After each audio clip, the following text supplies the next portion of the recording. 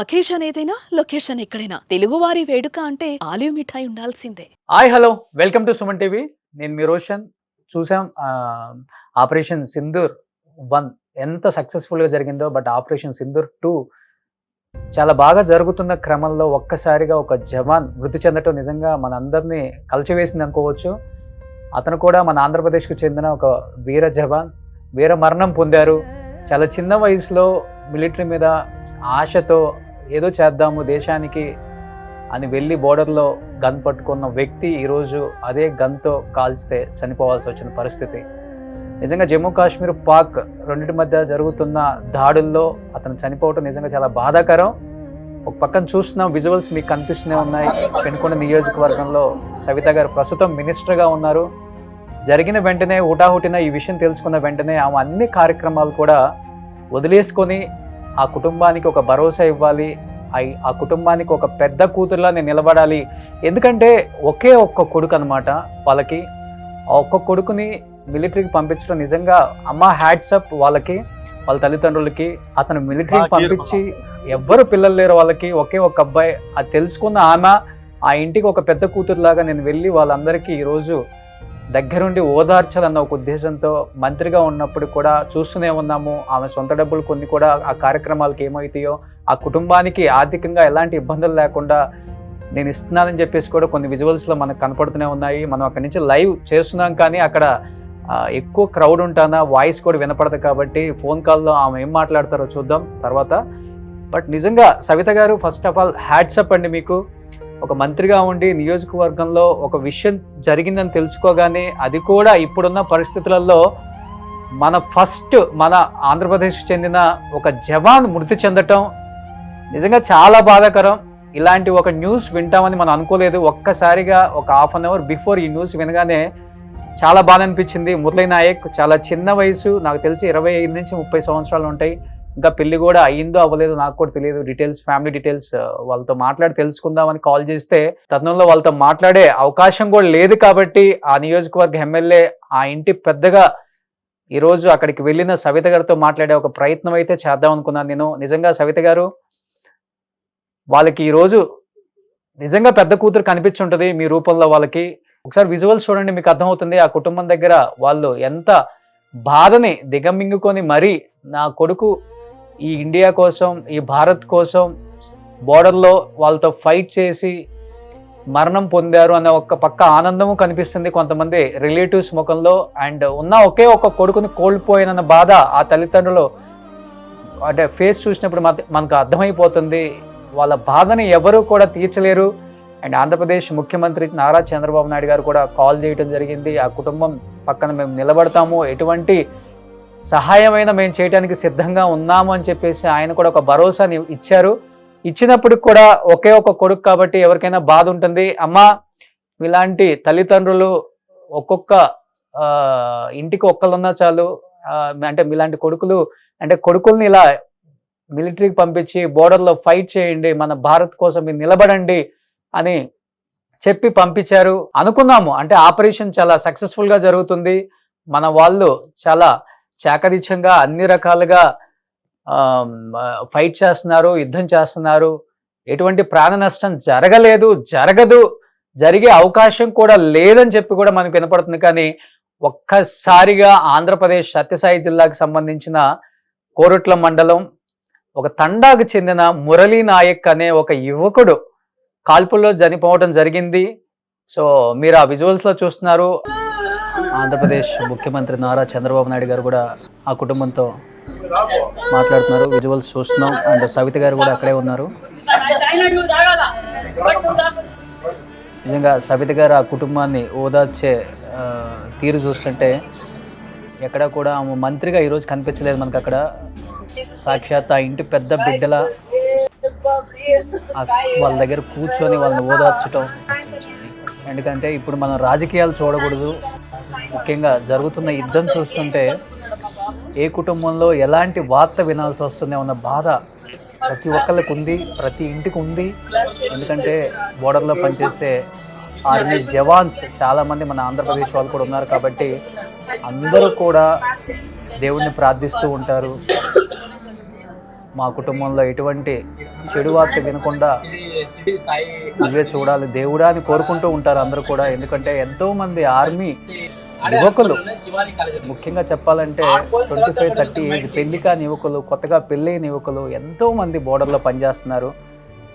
మన ఇండియాని కాపాడుతూ ఎప్పటికప్పుడు ఒక సైన్యంలో ఉన్నారు. నిజంగా ఈ న్యూస్ విన్న తర్వాత కూడా చాలామంది ఇదే కోరుకుంటారు, మా కుటుంబంలో ఎటువంటి చెడు వార్త వినకూడదు, మా అందు నిలబడి దేవుడా ఈ యుద్ధంలో మా భర్తలకి మా కొడుకులకి ఏం అవ్వకుండా చూడండి అని కోరుకునే వాళ్ళు ఎక్కువ ఉంటారు. డెఫినెట్గా మనం కూడా అదే కోరుకుందాం. ఎలాంటి బ్యాడ్ న్యూస్ వినకూడదు, ఎవరి మరణ వార్త వినకూడదు, అందరూ క్షేమంగా ఉండాలి, యుద్ధం మంచిగా జరగాలి అండ్ భారత్ గెలవాలని కోరుకుంటుంది మొత్తం కూడా. అండ్ ఒక పక్కన చూస్తున్నాం విజువల్స్ అండ్ చాలా బాధ అనిపిస్తుంది ఆ కుటుంబాన్ని చూస్తుంటే. వాళ్ళ అమ్మగారు అనుకుంటా. అక్టోబర్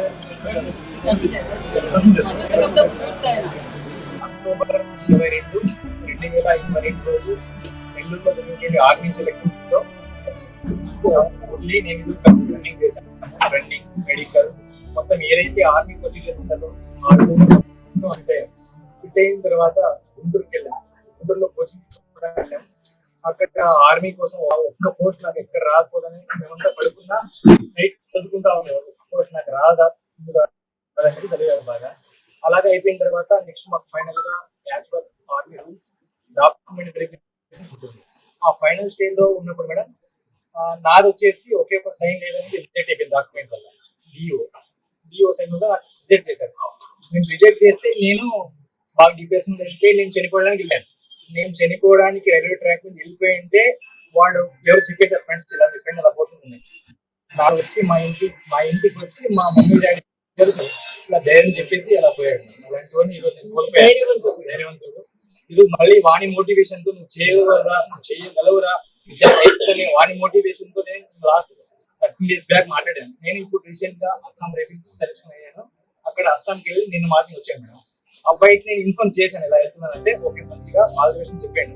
అలా మాది లాస్ట్ చివరి మాట వాడితో. తన మిలిటరీకి వెళ్ళారో చెప్తున్నారు. అట్ ది సేమ్ టైం తను వెళ్ళారని తిని కూడా వెళ్ళారని చెప్తున్నారు. ముందు వాటితో పాటు నేనే ఉన్నాను కాబట్టి ఆ బాధ అంటే వాడు ఎలా పడింది చాలా ఇష్టం. ఆ యూనిఫామ్ ఒక్కరోజు ఆ యూనిఫామ్ వేసుకొని నేను చనిపోదామని అన్నాడు నాతో.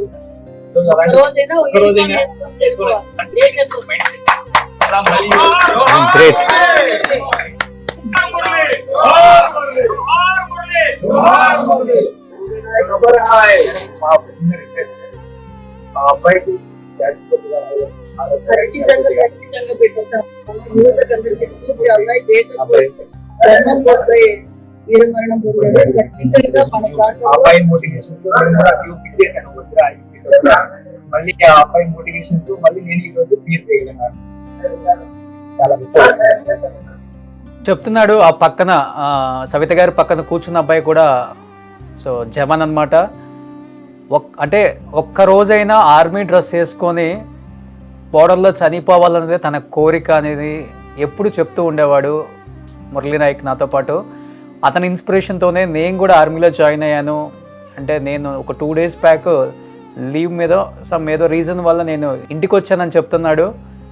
అంటే తన ధైర్యం గురించి అండ్ భారత్ మీద తనకున్న అండ్ రెస్పెక్ట్ ఇవన్నీ కూడా తను చెప్తుంటే నిజంగా రోమాలు నిక్కబొడుచుకుంటున్నాయి.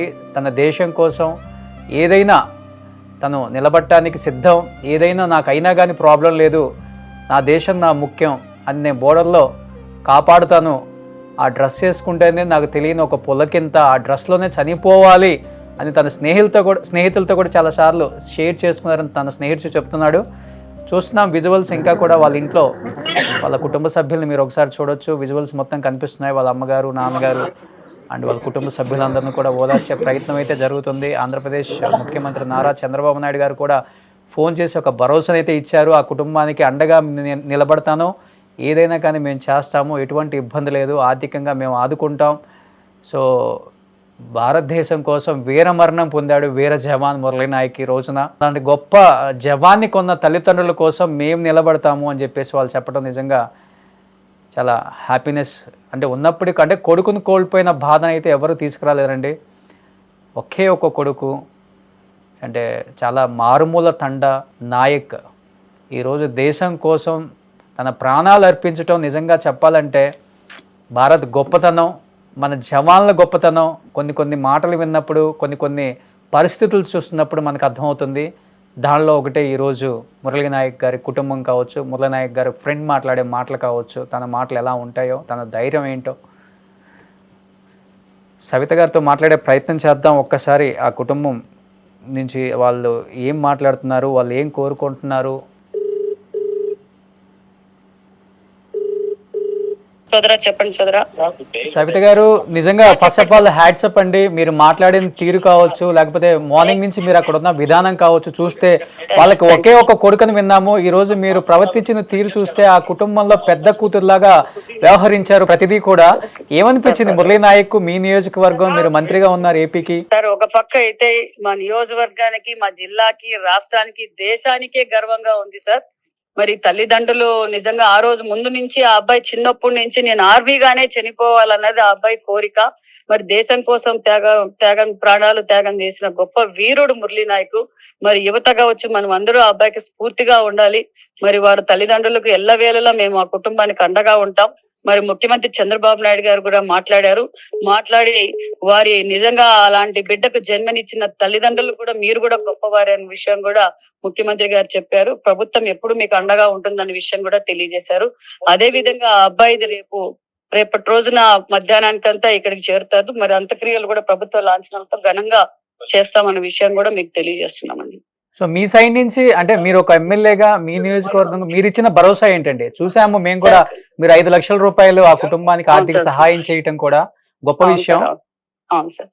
సార్ వేళలా ఏ సమయమైనా ఆ కుటుంబానికి మేము అండగా ఉంటాం సార్. దేశం కోసం ప్రాణాలు వదిలిన కుటుంబము ఖచ్చితంగా మా నియోజకవర్గం నాయకులు కావచ్చు, మేము కావచ్చు, ఎప్పుడైనా ఆ కుటుంబానికి మేము అండగా ఉంటామని భరోసా ఉంటామని కూడా తెలియజేస్తున్నాం sir. Okay, thank you Savitha garu, thank you so much. ఆ కుటుంబానికి ఒక బిడ్డలాగా మీరు ఈ రోజంతా కూడా వ్యవహరించారు అక్కడంతా. ఆ కుటుంబానికి మీరు ఎప్పుడు అండగా ఉండాలని మనస్ఫూర్తిగా కోరుకుంటున్నానండి. Thank you sir. జై భారత్ మాత. జై భారత్ మాత అండి. Thank you. సో చూస్తున్నాం సవిత గారు కూడా ఇప్పుడు కాల్లో మాట్లాడారు. అంత బిజీగా ఉన్నప్పుడు కూడా ఒక పక్కన అక్కడ ఉన్న వ్యవహారాలన్నీ చూసుకుంటున్నారు. అదే విధంగా రేపు ప్రభుత్వ లాంఛనాలతో మురళీ నాయక్ మృతదేహం రేపు మధ్యాహ్నానికి నియోజకవర్గం, పెనుకొండ నియోజకవర్గం కోరుట్ల మండలం కాబట్టి వాళ్ళ గ్రామానికి కూడా వస్తుంది. అండ్ చంద్రబాబు నాయుడు గారు అన్ని రకాల హామీలు ఆ కుటుంబానికి ఎలాంటి సహాయం కావాలన్నా కానీ ముందుండి మనం చూసుకుందాం. సో ప్రభుత్వం తరపున ఏమేమి జరగాలో అన్ని రకాలుగా ఆ కుటుంబాన్ని ఆదుకుందామని ఒక భరోసా కూడా ఇచ్చారు. అండ్ ఆమె ఆ కుటుంబానికి ఇమ్మీడియట్గా ఆమె సొంతగా కూడా ఒక 5 లక్షల రూపాయలు ఆర్థిక సహాయం చేశారు. అండ్ ప్రభుత్వ లాంఛనాలతో కాకుండా ఆ నియోజకవర్గంలో అండ్ మురళీ నాయక్ విగ్రహం కూడా పెట్టాలనేది అక్కడ కోరిక కాబట్టి అది తప్పకుండా నెరవేరుస్తాం. విత్ ఇన్ 1 or 2 months లో కూడా విగ్రహం కూడా ఆయన సాక్షి కూడా ఇక్కడ పెడతాము. వీరమరణం పొందిన వీర జవాన్ మురళీ నాయక్ అని చెప్పుకుంటూ ఆమె నిజంగా చాలా బాధపడుతున్నారు. కాబట్టి నిజంగా యావత్ భారతదేశం అంతా కూడా ఎదురు చూస్తుంది. ఈ యుద్ధంలో భారత్ పై చేయి చూపించాలి. ఎటువంటి ప్రాణ నష్టం జరగకుండా మనమేంటో, మన దగ్గర ఉన్న టెక్నాలజీ ఏంటో ప్రతి ఒక్కరు కూడా ఉపయోగించి ఎటువంటి ప్రాణ నష్టం జరగకుండా, ఏ కుటుంబంలో ఎలాంటి ఆవేదనలో అండ్ వాళ్ళ ఆక్రోధనలో వినకుండా ఉండాలనే ఒక నినాదం వినిపిస్తుంది. కాబట్టి మనస్ఫూర్తిగా కోరుకుంటున్నాను. జై భారత్, జై భారత్, జై Bharat. So thank you so much. Suman టీవీలో మీ పర్సనల్ అండ్ బిజినెస్ ప్రమోషన్స్ కోసం కింది నెంబర్కి కాంటాక్ట్ చేయండి.